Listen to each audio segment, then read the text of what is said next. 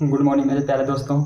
आज हम फिर आपके लिए एक बार जो फिजिक्स का एक इम्पॉर्टेंट फार्मूला है कि समतुल्य लेंस के लिए फोकस दूरी का व्यंजक स्थापित करें, अर्थात 1/f इक्विवेलेंट बराबर 1/f1 प्लस 1/f2 हमारा ये व्यंजक है। किसके लिए? समतुल्य लेंस, जिसको बोलते हैं संपर्कित लेंस। ये हमारा 5 मार्क का क्वेश्चन है। कितने मार्क्स का क्वेश्चन है? 5 मार्क्स का क्वेश्चन है। ये हमारा एग्जाम में अभी तक जो बोला जाए तो 1 से 2 बार आ चुका है। ठीक है, तो हम लोग जानेंगे कि समतुल्य लेंस के लिए फोकस दूरी का व्यंजक स्थापित करें, या फिर संपर्कित लेंस भी बोल सकता है इसको। हाँ, समतुल्य लेंस की जगह पर संपर्कित लेंस भी बोल सकता है। इसके लिए हमें फोकस दूरी का व्यंजक प्राप्त करना है, अर्थात 1/f इक्विवेलेंट बराबर 1/f1 प्लस 1/f2। अच्छा आप हमें एक बात बताइए कि समतुल्य लेंस या फिर संपर्कित लेंस जो है वह सिर्फ एक लेंस से होगा कि 2 या 2 से अधिक लेंस से होगा? तो ये कम से कम 2 लेंसों के लिए ये यूज होगा। तो अभी कैसा है लेंस? उत्तल लेंस के लिए। तो हम यहाँ पर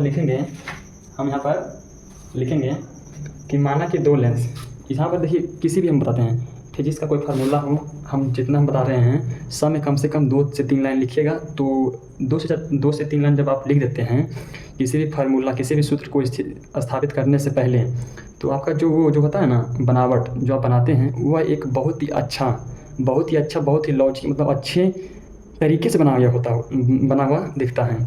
तो चलिए बिना देरी करते हैं, मान लेते हैं कि हमारा समतुल्य लेंस है। समतुल्य लेंस में कम से कम कितने लेंस? 2 लेंस। कम से कम कितने लेंस? 2 लेंस। तो यहाँ मान लेंगे क्या कि माना कि 2 उत्तल लेंस ना, उत्तल लेंस चाहे अवतल लेंस आप ले सकते हैं, क्योंकि समतुल्य लेंस है तो किसी भी हम 2 लेंसों को जोड़ सकते हैं। समझ रहे हैं? ओके, तो मान लेते हैं माना कि 2 लेंस जिसकी फोकस दूरी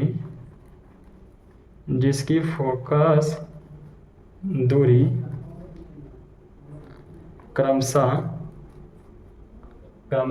f1 और f2 है।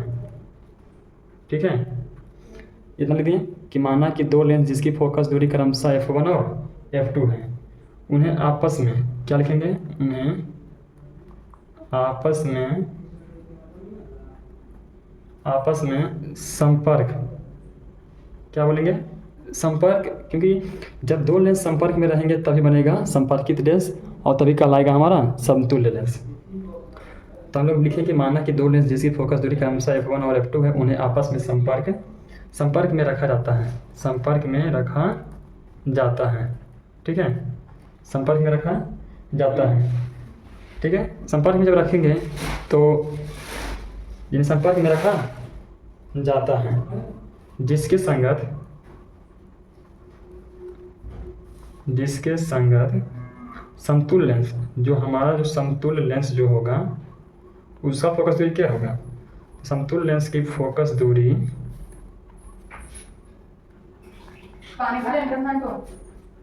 f इक्विवेलेंट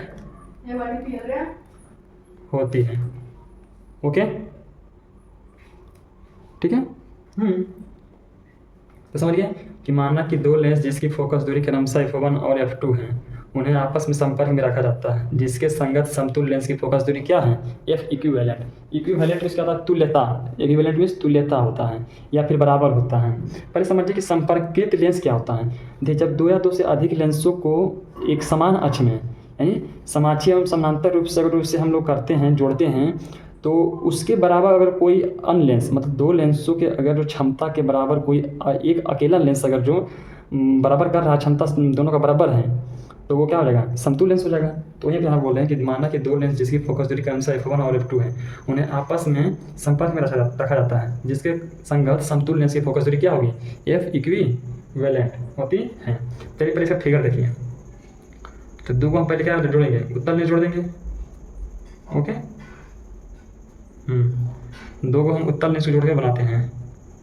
देखिएगा भाई, फिगर हमसे हल्का फुल्का गलत बन सकता है, उससे कोई दिक्कत नहीं, आप अच्छा सुनाइएगा। ठीक है, दोनों उत्तल लेंस है ना, दोनों उत्तल लेंस क्या?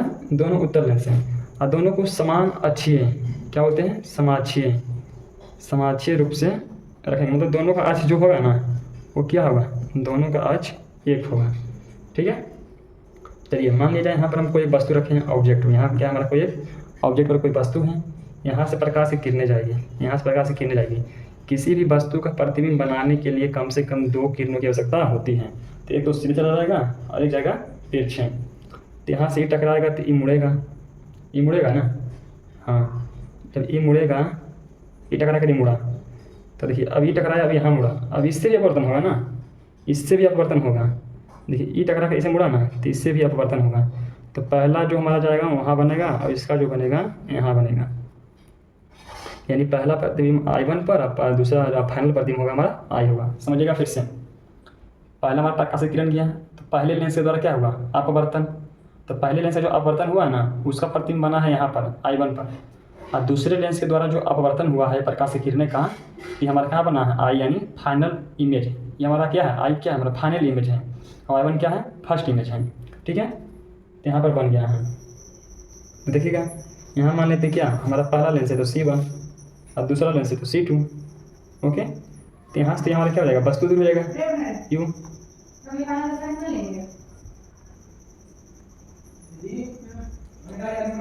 ओके, तो इसके वस्तु दूरी क्या हो जाएगा, U हो जाएगा।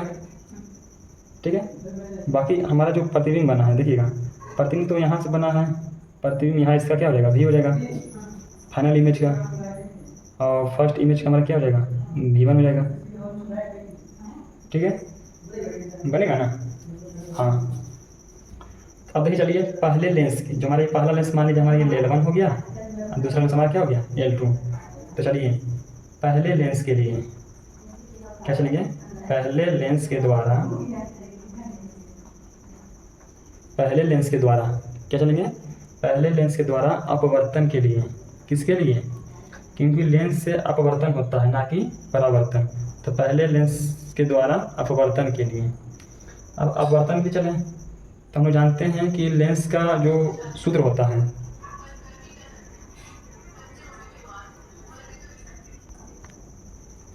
ठीक है। तो पहले लेंस के लिए, पहले लेंस के द्वारा अपवर्तन के लिए हम लोग जानते हैं लेंस सूत्र। लेंस सूत्र पढ़े ना, पहले लेंस के द्वारा अपवर्तन के लिए किसके लिए चलेंगे, लेंस सूत्र के अनुसार, लेंस सूत्र के अनुसार चलेंगे। क्या हो जाएगा, 1/v माइनस 1/u बराबर 1/f। ठीक है, लेकिन यहाँ चलेंगे, यहाँ हम देखिए भाई हिंदी मीडियम के स्टूडेंट, तो हम हिंदी में हमको लिखना पसंद है। यहाँ इसका देखिए, पहले लेंस के द्वारा बना प्रतिबिंब कहाँ बना है, V1 पर न बना है। पहले लेंस के द्वारा बना प्रतिबिंब की दूरी क्या है, V1, I1 पर न बना है, तो इसका प्रतिबिंब दूरी क्या हो जाएगा, V1। यहाँ V के जगह पर हमारा क्या हो जाएगा, V के जगह पर हमारा V1 हो जाएगा। ठीक है, माइनस U तो उसी सेम टू सेम रह जाएगा। ओके, हाँ 1/f, F क्या हो जाएगा, पहले लेंस के लिए फोकस दूरी मान चुके हैं हम क्या, F1। तो यहाँ हमारा क्या हो जाएगा, F1। इसको हम मानते हैं समीकरण फर्स्ट। अब यहाँ पर ये दिमाग नहीं लगाइएगा कि यहाँ U जो है वस्तु दूरी है, तो वस्तु दूरी ऋणात्मक लेंगे, नहीं, हमारा लेंस सूत्र में ही वस्तु दूरी को ऋणात्मक लेकर कैलकुलेट किया गया है इतना वैल्यू, समझें। यहाँ पर कोई दिमाग नहीं लगाएगा कि U हम यहाँ पर निगेटिव लेंगे, क्योंकि हमारा ये जो वस्तु दूरी है वह हमारा जो प्रकाशीय केंद्र है उससे बाईं ओर है, नहीं, हमारा लेंस सूत्र में ही जो हमारा ये लेंस सूत्र जो है, हमारा ये लेंस सूत्र, इसमें ही कॉम्बिनेट करके यहाँ कैलकुलेट करके ही हमारा आया है U का वैल्यू माइनस में।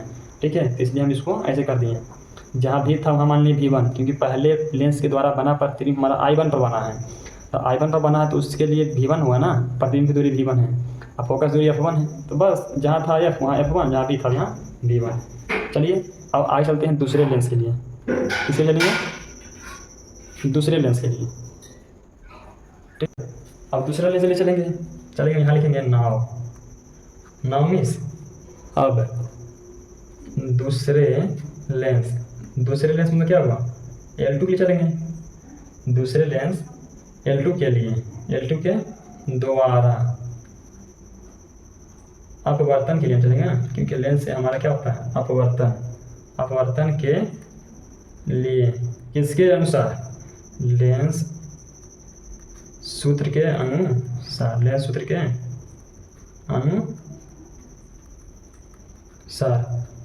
ठीक है, लेंस सूत्र के अनुसार चलेंगे। हमारा फार्मूला क्या होता है, 1/v माइनस 1/u बराबर 1/f। तो पहले देखिए दूसरा प्रतिबिंब का फाइनल इमेज कहाँ बना था, भी पर बना था, आई पर बना था, तो उसका तो भी ही हो गया, इसका तो यू का यू ही रह जाएगा, ठीक है। लेकिन खाली इसका देखो बताते हैं अभी, इसका जो होगा वो 1/F2 हो जाएगा। लेकिन यहाँ ध्यान दीजिएगा, जो हमारा यू है ये किसका है, दूसरे लेंस के द्वारा है ना, दूसरे लेंस का द्वारा बना है, दूसरे लेंस के लिए वस्तु दूरी है। तो दूसरे लेंस के लिए वस्तु दूरी जो होता है वो पहले लेंस के द्वारा बना प्रतिबिंब का दूरी ही दूसरे लेंस के लिए वस्तु का कार्य करता है। इसलिए हमारे यहाँ क्या हो जाएगा V1, यहाँ क्या हो जाएगा V1, समझें। हमारा ये रूल होता है कि पहले लेंस के द्वारा बना प्रतिबिंब दूसरे लेंस के लिए वस्तु, क्या बोले, पहले लेंस के द्वारा बना प्रतिबिंब उसकी दूरी, प्रतिबिंब की दूरी दूसरे लेंस के लिए वस्तु की दूरी की भांति व्यवहार करती है। तो यहाँ पर हमारा क्या हो जाएगा V1 हो जाएगा, ठीक है। इसको मान लेते हैं समीकरण सेकेंड। अब समीकरण 1 और 2 को आप जोड़ दीजिए, समीकरण 1 और 2 को आप जोड़ दीजिए, ठीक है। तो यहाँ लिखेंगे समीकरण 1 और 2 को जोड़ने पर, तो जोड़ेंगे तो हमारा जो 1/V1 पहला जो समीकरण था -1/U, LHS को LHS तरफ जोड़ेंगे और RHS को RHS तरफ जोड़ेंगे। तो 1/V1 और -1/U हमारे ये LHS तरफ था पहला समीकरण में, और दूसरा समीकरण में तो हमारे यहाँ वो -1/V1 है, यहाँ भी है बराबर। उसका फोकस दूरी था F1, इसका फोकस दूरी है F2, ठीक है। तो देखिए -V1 और 1/V1 और +1/V1, ये प्लस माइनस कट गया, ठीक है। LHS को LHS तरफ जोड़ेंगे और RHS को RHS तरफ जोड़ेंगे। तो यहाँ बच गया ये प्लस, इसको आगे लिख दीजिए 1/V - 1/U, ओके। यहाँ आ गया हमारा 1/F1 + 1/F2 आ गया। इस समीकरण मान लीजिए 3, समीकरण 3। अब चलिए जब ये समीकरण 3 बना गया, लिखेंगे आगे, मतलब पुनः चलेंगे किसके लिए, समतुल्य लेंस के लिए। इसके लिए समतुल्य लेंस के लिए, समतुल्य लेंस के लिए। देखिए मान लीजिए हमारा ये क्या है, समतुल्य लेंस। यहाँ देखिएगा, मान लीजिए हमारा ये क्या है, समतुल्य लेंस, मतलब दो लेंसों का संयोग से बना एक लेंस जो दोनों की क्षमता को दोनों की क्षमता को क्या कर रहा है, बराबर कर रहा है, यानी तुल्य कर रहा है, यानी बराबर कर रहा है। तो देखिएगा, तो जो इसका जो हमारा होगा ये समतुल्य लेंस होगा, ये हमारा क्या हो जाएगा, मान लीजिए समतुल्य लेंस हमारा क्या हो जाएगा, इसका फोकस हो जाएगा क्या, F इक्विवेलेंट। बाकी जो देखो ये प्रतिबिंब तो बनेगा सेम टू सेम उससे ही। यहाँ हमारा ऑब्जेक्ट रहेगा, यहाँ से 2 किरण जाएगा, 1 किरण यहाँ बनेगा। तो जहाँ भी बनाएगा प्रतिबिंब, मान लीजिए हमारा आई पर प्रतिबिंब बना है ना, आई पर प्रतिबिंब बना है, तो जहाँ भी जाएगा तो इसके लिए भी ये भी वस्तु दूरी वही होगा, ऐसे दूरी ये भी प्रतिबिंब की दूरी यही होगा, ठीक है। तो यहाँ से निकालेंगे हम लेंस सूत्र के अनुसार, क्या निकालेंगे यहाँ से, लेंस सूत्र के अनुसार, लेंस सूत्र के अनुसार, ओके। तो हमारा क्या रहेगा 1/V - 1/U बराबर 1/F होता है, लेकिन यहाँ क्या रहेगा F इक्विवेलेंट। इस समीकरण मान लीजिए 4। अब समीकरण 3 में देखिए, समीकरण 4 में देखिए, दोनों तुलना कीजिए, ठीक है। तो करते हैं, तो समीकरण 3 और 4 को तुलना करने पर, जब आप तुलना करिएगा तो देखिए इसका LHS में देखिए 1/V - 1/U है, उसका LHS में देखिए 1/V - 1/U है ना। तो ये दोनों, तो मान लीजिए दोनों तुलना है तो दोनों का LHS बराबर है। जब दोनों का LHS बराबर है तो दोनों का RHS बराबर जरूर होगा।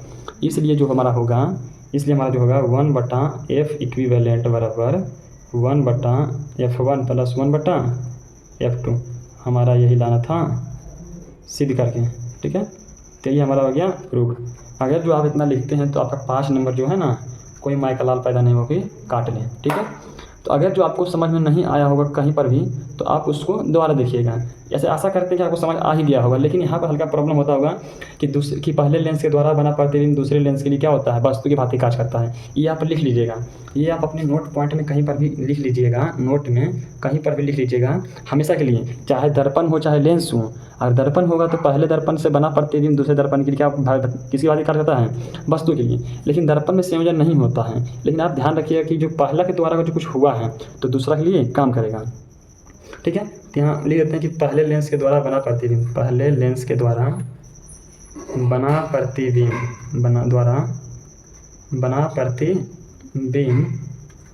दूसरे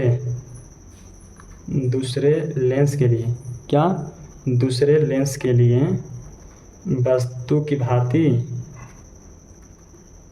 व्यवहार करती है। ओके, ये आपको नोट पॉइंट में आपको याद रखना है, ठीक है। तो ठीक है, इसी तरह से वीडियो के लिए आप हमारे चैनल को सब्सक्राइब जरूर कीजिएगा, और वीडियो को पसंद आया होगा तो आप लाइक कीजिए और शेयर जरूर करिएगा। अगर जो आपका प्रॉब्लम फिजिक्स में ऑप्टिक्स से, क्या बोल रहे हैं, ऑप्टिक्स, अगर जो ऑप्टिक्स में किसी भी टॉपिक्स में आपका प्रॉब्लम है तो आप कमेंट कीजिएगा, आपका सोल्यूशन किया जाएगा। आपके प्रॉब्लम का ही सोल्व करने के लिए हमारा ये चैनल बनाया गया है। ओके, ठीक है, बाय बाय, फिर मिलते हैं अगले वीडियो में आपके साथ।